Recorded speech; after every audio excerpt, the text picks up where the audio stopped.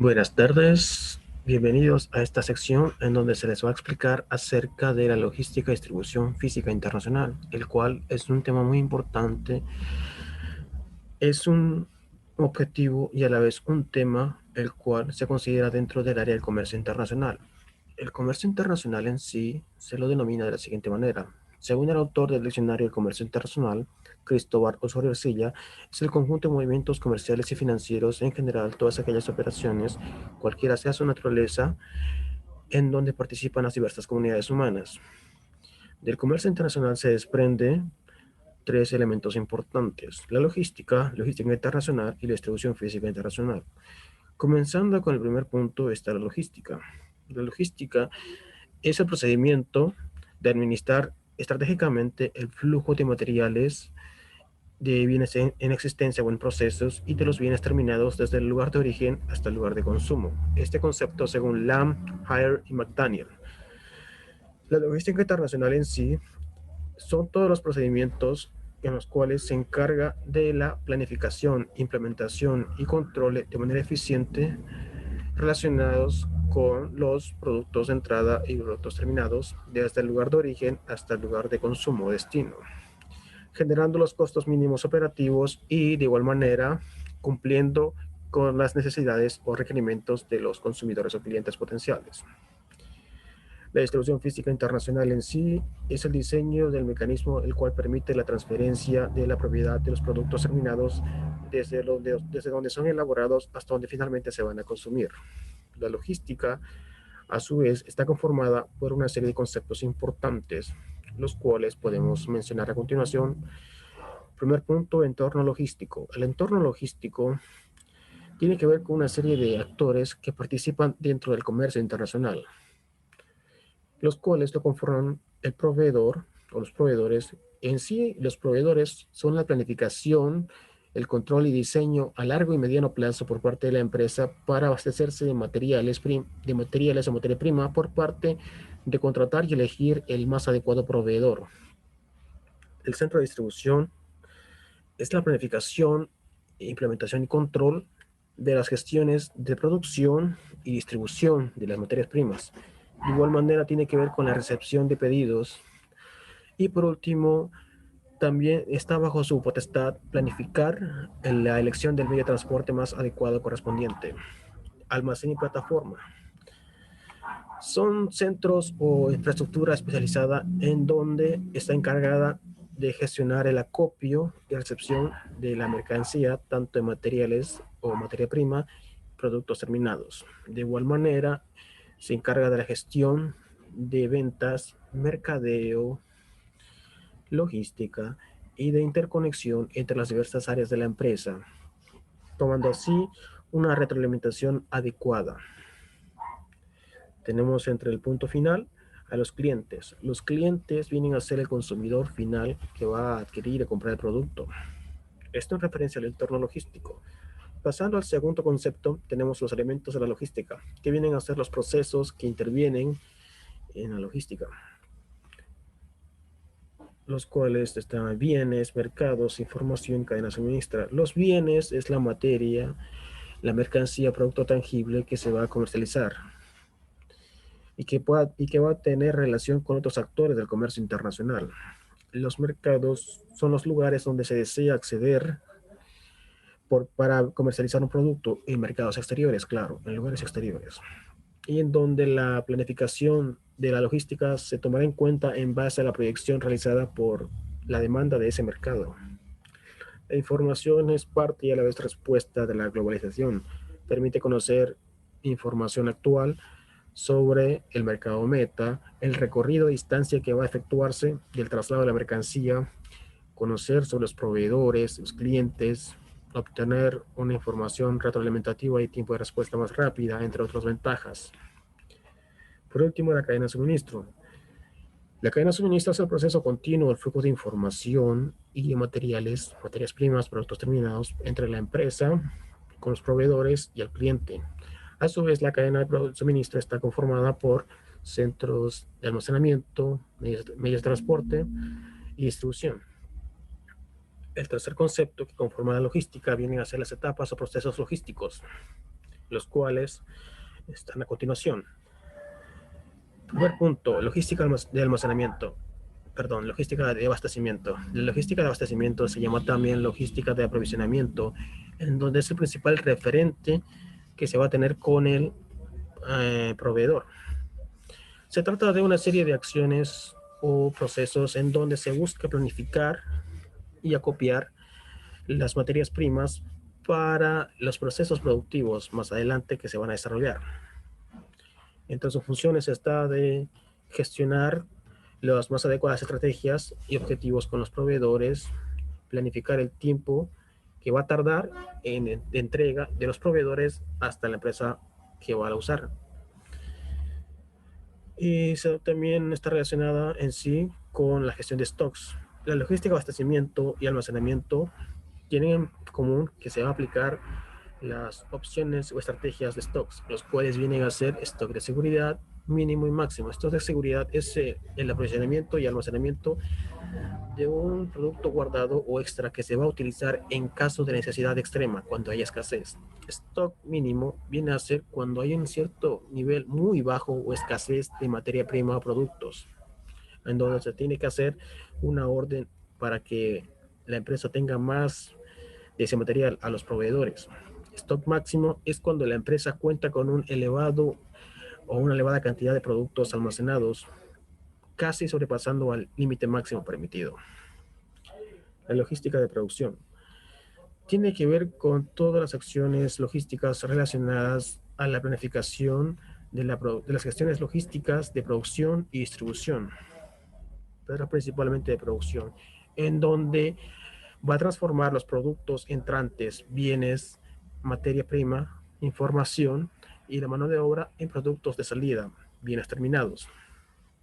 La logística de producción, entre sus funciones está la de integrar la materia prima dentro de los procesos productivos, gestionar las buenas prácticas de la producción y poner a disposición la mercancía adecuada en el tiempo requerido y en condiciones óptimas.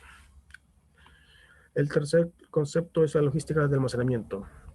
La logística de almacenamiento se trata del acopio y resguardo de las materias primas y de los más bienes terminados. En la materia prima también podemos mencionar una función muy importante, es que tiene que implementarlo o integrarlo entre los procesos productivos en un flujo constante sin que se interrumpa. Las funciones del almacenamiento están actualizar inventarios, también de igual manera hacer un seguimiento, registro de los lugares donde están almacenados productos, implementar nuevos centros de almacenamiento si se lo requiera, de acuerdo al tipo de producto que se vaya a almacenar. Y también podemos mencionar actualizar y realizar un control de todos los bienes terminados que se vaya a despachar. Los tipos de almacenamiento que se conocen son almacenamiento de productos o materia prima entrante, almacenamiento de bienes intermedios, almacenamiento de productos auxiliares, almacenamiento de productos terminados según las características que presente cada producto y almacenamiento de bienes o productos de refacción o reparación. Ya, logística de distribución como siguiente punto tiene que ver con el control y la planificación de los movimientos físicos de la mercancía, el recorrido que se va a efectuar desde una distancia de un punto A o lugar de producción hasta un punto B, lugar de destino. La logística de distribución está relacionada en el campo de la distribución efectiva. Por último, tenemos la logística inversa. La logística inversa, también llamada logística verde, tiene que ver con las actividades y equipos que están encargados de gestionar la recuperación de equipos, herramientas e incluso sistemas que forman parte o participaron en los procesos logísticos, con el fin de reutilizarlos nuevamente. Como por ejemplo se pueden mencionar a reutilización y retorno de contenedores, de palets, cinchos, cintas de embalaje, entre otras herramientas más. De igual manera es el diseño del packaging con el fin de reducir costes, utilizar la menor cantidad de energía posible en los medios de transporte para evitar el mínimo posible en cuanto a contaminación. Gestionar productos de reposición, de salvamento, entre otros más. Como dato adicional, también se mencionan las estrategias que se pueden implementar en cualquier etapa logística, como los siguientes a continuación. El layout es una pieza fundamental dentro de la cadena de suministro, el cual se utiliza o hace referencia a la manera en cómo están distribuidos los elementos y diseños dentro de una organización. Permite un flujo y también una ubicación eficiente de los equipos, productos y personas dentro de la empresa. El inbound, dentro del proceso logístico, hace referencia a la manera en cómo está recepcionada la materia, desde el momento en que salen de los proveedores hasta su llegada y preparación en almacenes. Es fundamental porque ayuda a agilizar la cadena de producción. También está el outbound. El outbound parte desde los procesos que van en el almacenamiento, preparación del pedido, hasta su despacho y entrega final al cliente. También podemos mencionar el SKU, Stock Keeping Unit. El SKU es una herramienta muy utilizada en cuanto a las gestiones de control y seguimiento de las herramientas o elementos dentro de una empresa. Es una codificación alfanumérica y se utiliza a nivel interno, muy importante, con el fin de facilitar los tiempos logísticos y ubicar las herramientas o elementos de una manera más rápida posible. El SOAP, Sales and Operations Planning, el SOAP es un conjunto integrado de un proceso de negocios el cual permite responder de una manera efectiva a la demanda y a la demanda del mercado meta, así también como para las decisiones basadas en el consenso.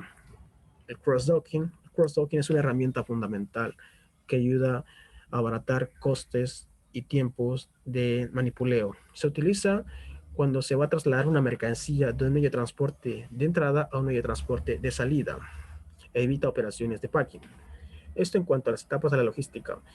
Y en el último punto tenemos el plan logístico, que vienen a ser una serie de pasos que se diseña e implementa para la logística. El primer punto viene a ser la previsión de la demanda, conocer la cantidad proyectada o necesaria que va a utilizar o requerir el mercado meta con el fin de realizar una proyección en base a la capacidad que tiene la empresa. Sistema de producción es la implementación de los medios o sistemas más eficaces posibles que ayudan a agilizar los procesos de producción con el fin de responder de manera más óptima a la demanda proyectada. Centros de producción y almacenes, la infraestructura adecuada y los métodos adecuados que faciliten el cumplimiento de las necesidades en cuanto al personal, materia y los medios de transporte, que sea más rápida su producción y entrega. Así también es un punto de equilibrio entre los centros de aprovisionamiento y el mercado meta. Aprovisionamiento. La organización de aprovisionamiento tiene que ver con la elección más adecuada del proveedor, tomando referencia a cercanía, tiempo de entrega, en la optimización de precios y los menores riesgos posibles que se pueda obtener al elegir ese proveedor. Almacenamiento de materia prima y producto final. Se tomará en cuenta esto en base a los siguientes factores: tamaño, peso, volumen, rentabilidad y la eficiencia que va a tener cada producto según donde se lo almacene, en un centro especializado, obviamente. El control de pedidos y gestión de stocks. En este punto, control de pedidos hace referencia que está ligado a una comercialización con características provenientes de la demanda. La gestión de stocks es, como se mencionó anteriormente, es solamente conocer y adecuar la cantidad de productos o materias que están en almacén o stocks, sin que haya un alto nivel de stocks ni tampoco un bajo nivel de productos en almacén, sino que esté en una constante rotación, con el fin de evitar pérdidas. Manipulación de los materiales. Tiene que ver con el movimiento, recorrido y el estado físico de las mercancías que se va a efectuar dentro de la empresa. El estado físico de la mercancía puede ser estado sólido, líquido, gaseoso. Operaciones de transporte. La elección de los más adecuados medios de transporte y sus rutas correspondientes con el fin de evitar costos excesivos, así también hacer referencia a la distribución de esa materia, su cargado, manipuleo y los horarios más adecuados para implementarlo. Por último está el flujo y mantenimiento. El flujo de mantenimiento solamente es el nivel adecuado de cuidado y de reparación que se le dará a los equipos, sistemas y demás elementos dentro de la empresa con el fin de incrementar el nivel de competitividad y rentabilidad, optimizar las gerencias correspondientes, de igual manera la gestión logística tanto a nivel nacional como internacional. Todo esto es explicado en base a la logística y sus respectivas derivaciones. Pasando al siguiente punto importante es la distribución física internacional, DFI, que de igual manera que la logística lo conforman una serie de elementos muy importantes que participan dentro del comercio internacional. En primer punto tenemos el entorno de la DFI, perdón. El entorno de la DFI lo conforman todos aquellos operadores que participan activamente dentro del comercio internacional, tanto como exportadores como importadores. En primer punto está el exportador, como se mencionó. El exportador es toda persona natural o jurídica que vende o comercializa mercancías en el exterior, fuera de su país de origen, sin que ésta retorne. Agente despachante de aduana. El agente despachante de aduana en origen o en destino es todo aquel agente que conoce o está relacionado con las leyes o reglamentos legales que van de la mano con el comercio internacional y están habilitados para actuar ante terceros o prestar sus servicios como gestores de trámites aduaneros. Operadores logísticos, por ejemplo, consolidadores de carga, son aquellos operadores que recepcionan los pedidos diversos de varios importadores o distribuidores, cuyo fin o principio principal es de hacer llegar esas mercancías hasta el destino final. También pueden manejar o emitir el Bill of Lading en transporte marítimo. Operadores de carga. Los operadores de carga son los agentes que realizan las planillas correspondientes de costos en cuanto a carga y descarga de mercancías.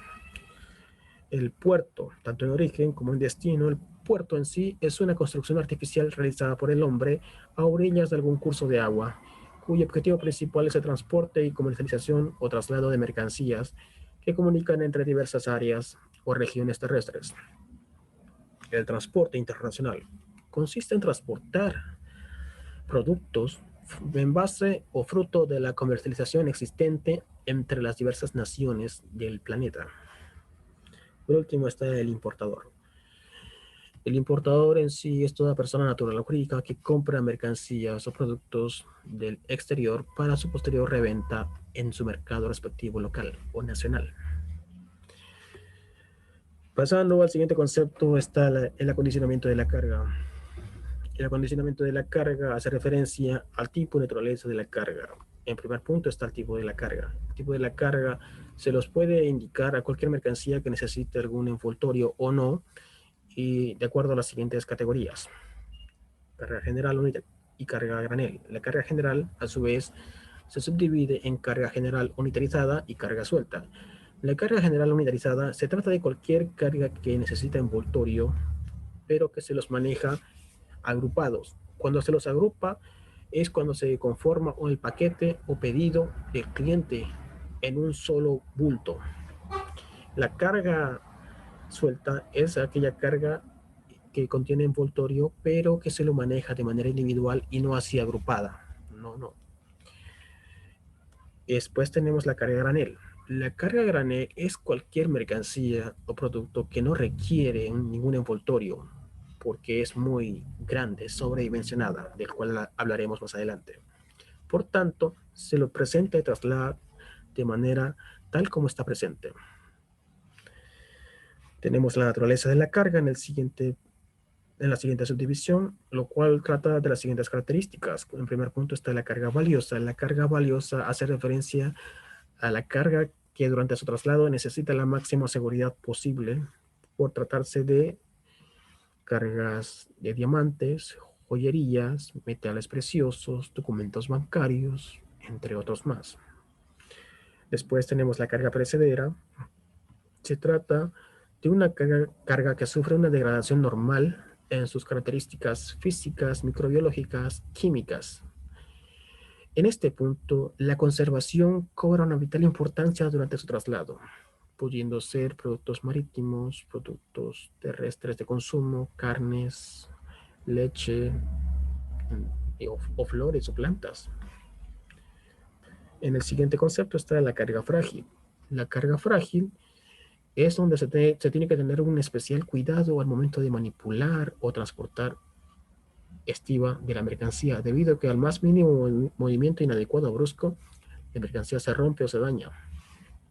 Se lo caracteriza de acuerdo a su grado de sensibilidad presente, pudiendo encontrarse primeramente muy sensible, sensible, baja sensibilidad y sin sensibilidad.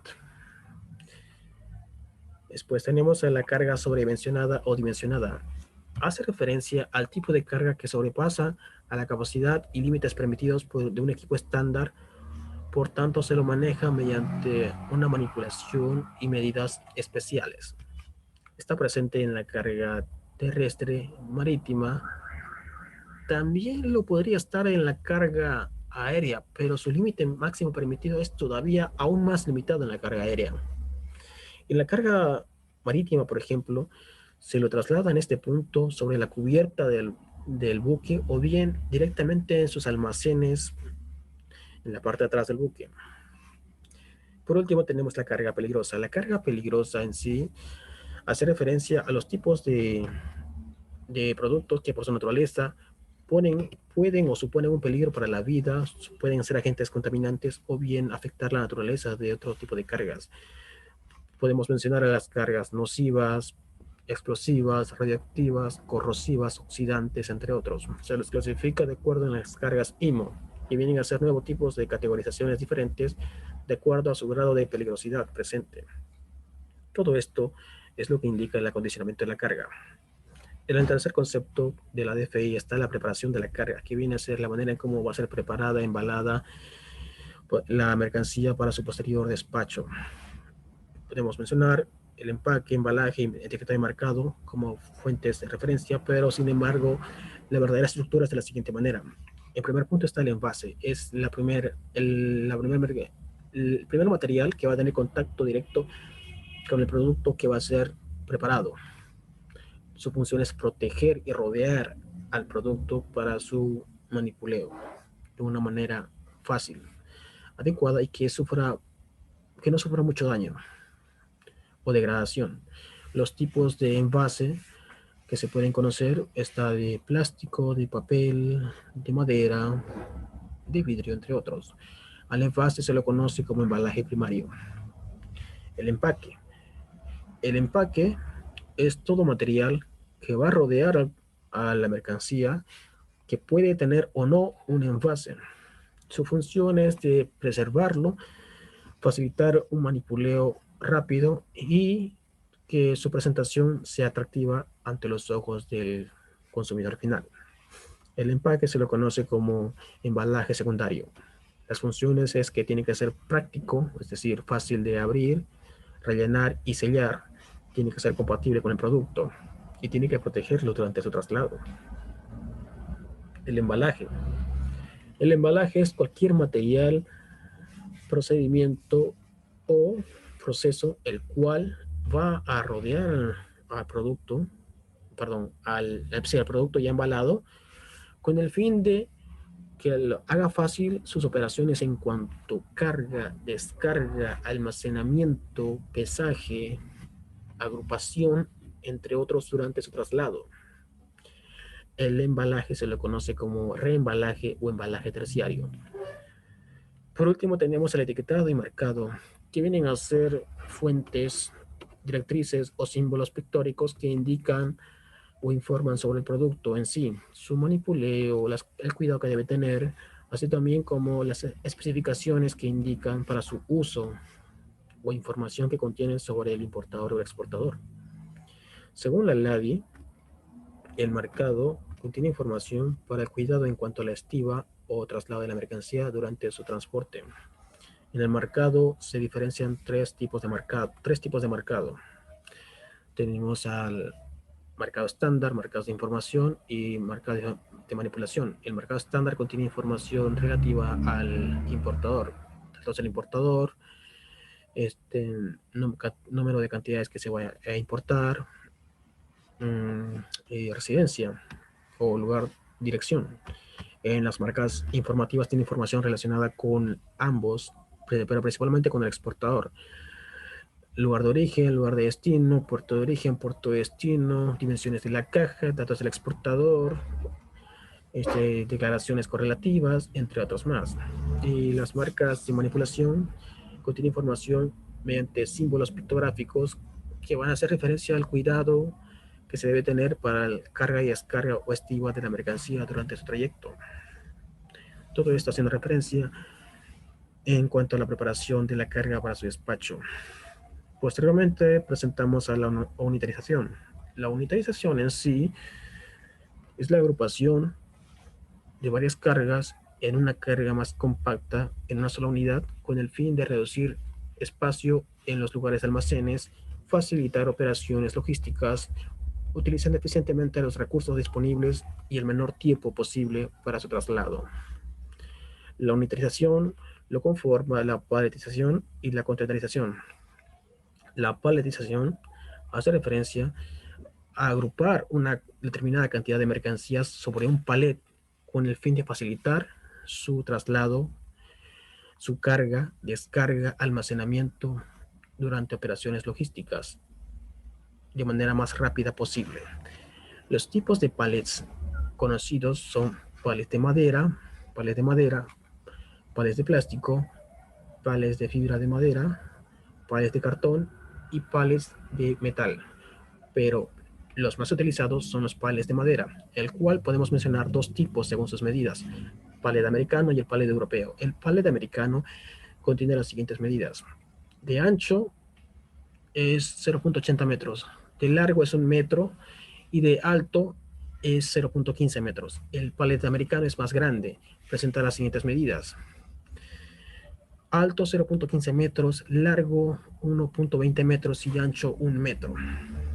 La containerización, pasando a la siguiente división, utiliza un medio de transporte de carga llamada contenedor, el cual este sistema permite el traslado de la mercancía como una unidad indivisible y más segura. El contenedor permite generar menos costos posibles. Los tipos de contenedores conocidos vienen a ser el reefer. El orden sería primeramente el flat rack o plataforma. El flat rack es cuando el contenedor carece de paredes laterales. Plataforma es cuando carecen de todo tipo de paredes laterales, adelante y atrás. Esto se utiliza para cargar mercancías que son muy sobredimensionadas y que requieren el más espacio posible. Contenedor, después tenemos al dry van. El contenedor dry van es cuando se utiliza cargas secas. Es el más conocido, habitual.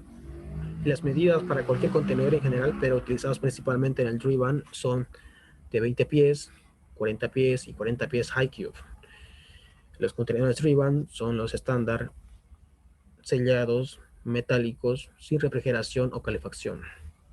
Después tenemos los contenedores open side, en la parte de arriba, que es similar al dry van, solo que tiene un techo removible de lona, el cual se utiliza para cargas o mercancías, que son de dimensiones muy altas, que no cabrían. Después tenemos el open side, que tiene una puerta a un lado, a diferencia del resto. Se los utiliza para llevar mercancías que son extremadamente largas y que no cabrían por la puerta trasera, que es el habitual en el dry van. Después tenemos al contenedor reefer, el cual permite llevar mercancías en una temperatura ambiente. Dentro de ese contenedor tiene su propio sistema de calefacción o refrigeración que se lo conecta a la fuente de energía del medio de transporte que se lo vaya a trasladar. Permite llevar mercancías en una temperatura ambiente de entre menos 18 grados centígrados a 30 grados como máximo, para llevar frutas, verduras, productos marítimos, entre otros. Por último está el contenedor cisterna, el cual permite llevar cualquier tipo de mercancías o cargas líquidas, hidrocarburos, leche, productos químicos, entre otros. Esto en referencia a la containerización. Después, en el siguiente concepto importante, tenemos el manipuleo, que viene a ser el grado de manipulación y los elementos o, en este caso, personas que participan en ella. Tenemos el personal, el manipuleo personal o manipuleo físico, y el manipuleo mediante maquinaria o automatizada. La manipulación personal o física es cuando el personal de la empresa, el transportista o una tercera empresa especializada va a realizar la carga y descarga, la distribución de la mercancía de una manera manual, su pesaje incluido. La manipulación automatizada mediante maquinaria es cuando intervienen operadores de maquinarias, como ser de grúas, montacargas. Pasando, tenemos a los medios de transporte. Los medios de transporte se los eligen en base o criterios de distancia que se va a recorrer, la cantidad total de mercancías o cargas que se va a llevar, el nivel de unitarización presente, si va a contar o no con transbordos, el precio más adecuado, el tiempo que se va a tardar en efectuar la distancia, ver si el medio de transporte está disponible o elegir otro en sí. Todo esto aplicando el respectivo Incoterm correspondiente. Transportar es llevar una mercancía de un medio de partida A hasta un medio de llegada B o de consumo.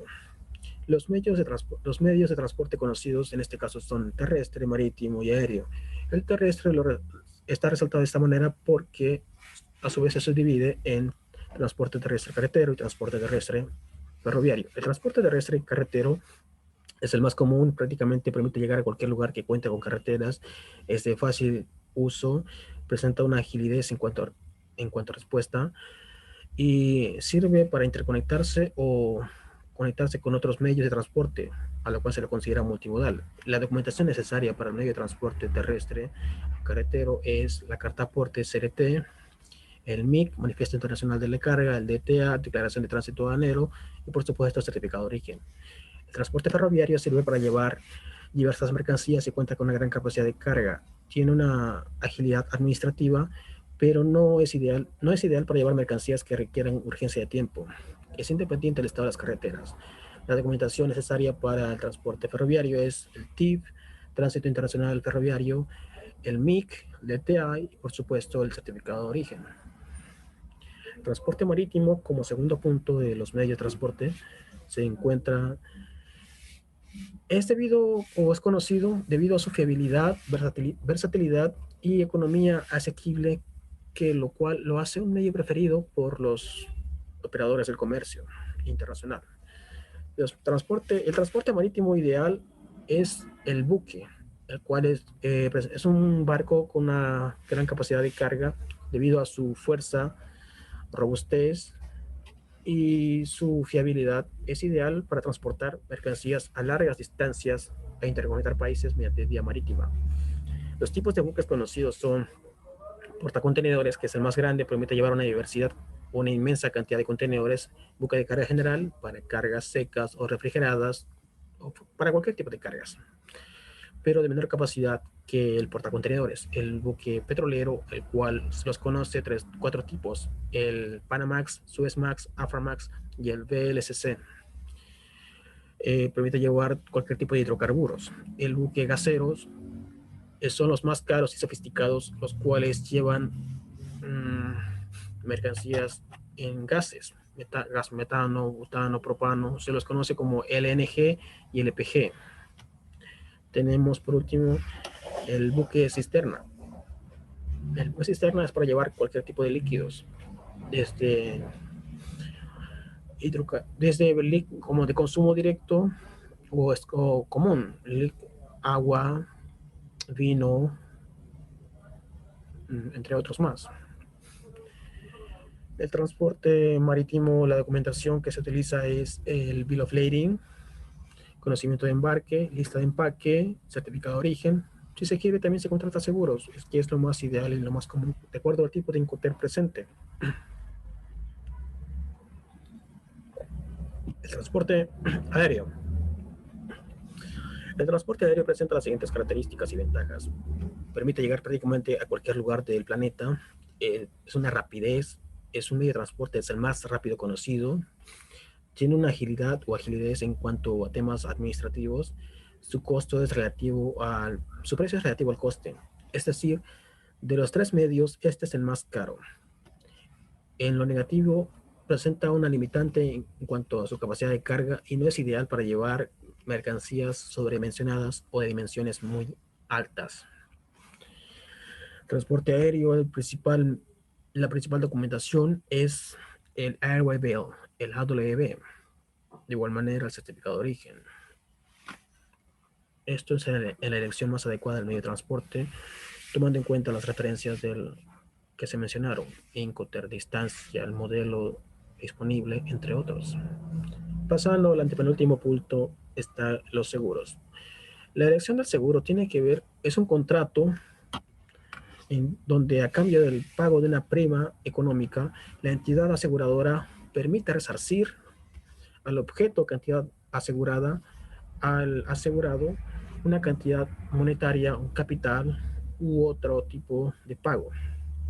Para elegir el seguro más adecuado se tiene que tener en cuenta el seguro más ideal que se quiera contratar de acuerdo a su precio, la entidad aseguradora que sea más adecuada y los servicios adicionales que se presenten en dicho seguro.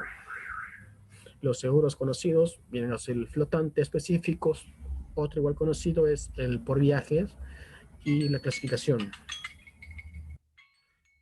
Los flotantes en sí son los seguros de póliza abierta, el cual se tiene que tener conocimiento de la cantidad de objeto asegurado, como ser la modificación del capital asegurado o las adiciones al objeto asegurado. Los específicos principalmente son cuando se tiene conocimiento o se prevé de algunos siniestros que vayan a ocurrir. El por viaje solamente cubre el envío de un solo viaje para el transporte multimodal, aéreo, marítimo, terrestre. La clasificación de los seguros se los conoce por el seguro tipo A, que cubre a todo riesgo, mayormente es el más completo, o el tipo B es intermedio, y el tipo C es el más básico, que cubre solamente ciertos siniestros limitados. Los 5 term son unas normas o regulaciones conocidas internacionalmente en donde especifica la responsabilidad del traspaso de riesgos del importador al exportador o viceversa que participan dentro de las condiciones de un contrato de compraventa internacional.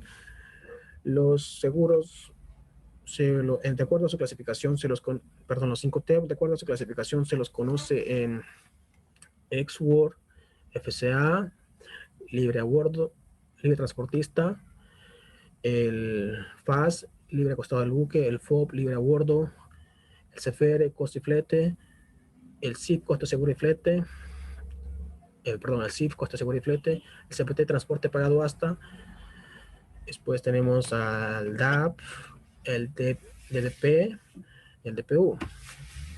Los grupos y los 5T son conocidos por el grupo E, que es donde el comerciante, en este caso el exportador, va a poner a disposición del importador la mercancía en sus instalaciones en el tiempo acordado. El grupo C abarca al CIF, CFR, CIP y CPT, donde el exportador va a poner a disposición del importador de acuerdo al medio de transporte que él vaya a contratar, pero el riesgo se lo traslada en país de origen al importador. El grupo F, el FOB, el CF, el FAS, el FOB, el FAS y el FCA es cuando también es una entrega indirecta en donde el exportador va a poner a disposición del porteador, o en este caso el transporte que vaya a contratar el importador. El traslado es también en su ciudad de origen, en el lugar de origen. Por último, el grupo D, que abarca al DPU, al DAP y al DDP, es en donde es una entrega directa. El exportador va a poner a disposición la mercancía en el lugar de destino, inclusive a veces tiene que descargarlo. Las modificaciones conocidas en los 5T vienen a ser lo siguiente. Se sustituye al DAT con T por el DPU, con la ventaja de que ahora se puede llegar a cualquier parte en el lugar de destino. Los seguros se modifican principalmente en el transporte, en el multimodal, en el SIP. Ahora se utiliza el seguro de la clasificación o cobertura A. En el SIF se mantiene con el mínimo el seguro de cobertura C. Y por último, en el FCA se puede manejar el bill of lading, es decir, el importador puede emitir a la naviera que realice o emita un bill of lading en favor del exportador. Ahora, en cuanto a la matriz de costos, la matriz de costos en realidad es una matriz donde se detallan los costos, distancia, la cantidad que se va a exportar, el precio ideal, es decir, entran en juego costos directos e indirectos y el tiempo de entrega para sacar un adecuado precio de exportación con sus respectivos cálculos y utilidades que se pueden generar o ganar. Está clasificado en especificación de la exportación o importación, que viene a ser el nivel de unitarización, embalaje, preparación de la carga, tiempo que se va a tardar, con los lugares de tránsito por donde vaya a pasar, elección del medio de transporte correspondiente. Componentes del costo vienen a ser costos directos y costos indirectos. Los costos directos vienen a ser todo relacionado con el proceso logístico, documentación, carga descargado, así como el transporte. Y los indirectos vienen a ser trámites administrativos, bancarios, entre otros. Y la estimación del tiempo de tránsito es la duración que se va a tardar en llevar la mercancía desde instalaciones del exportador hasta destino final, tomando en cuenta que se fija una fecha límite máxima permitida en el contrato de compraventa internacional. Esto sería en cuanto a mi explicación en base a la logística y distribución física internacional, el cual es un tema muy interesante que va a enseñarnos acerca sobre estas operaciones a futuro cuando intentamos realizar operaciones de exportación o internacionalizarnos en el mercado internacional. Muchas gracias.